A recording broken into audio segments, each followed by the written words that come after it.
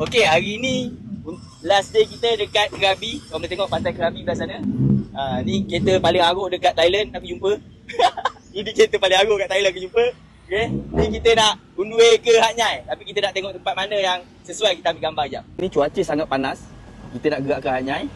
Kita ambil gambar dulu. Ni pantai Krabi. Ni last day kita lah dekat Krabi. Malam memang meriah lah kat sini.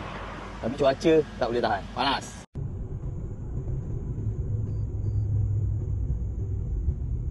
Macam air Krabi lah. Ni air Red Bull. Sedap. Okay. Macam ni. Gelap.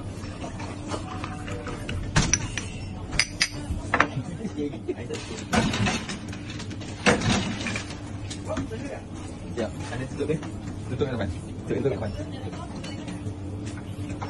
Aku dekat 7E. Aku beli benda ni semua. Ni makanan banyak tau. Dengan air aku cam. Banyak ni. Harga dia baru RM40 dengan siap dengan air ni. Rokok pun sekotak. Rokok pun aku dapat sekotak. Harga RM40. Bermakna dekat sini makanan dia murah. Ni 7E.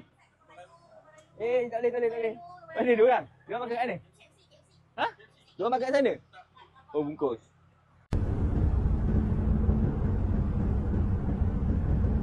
Perjalanan kita daripada Krabi menuju ke Hat Yai makan masa berapa jam?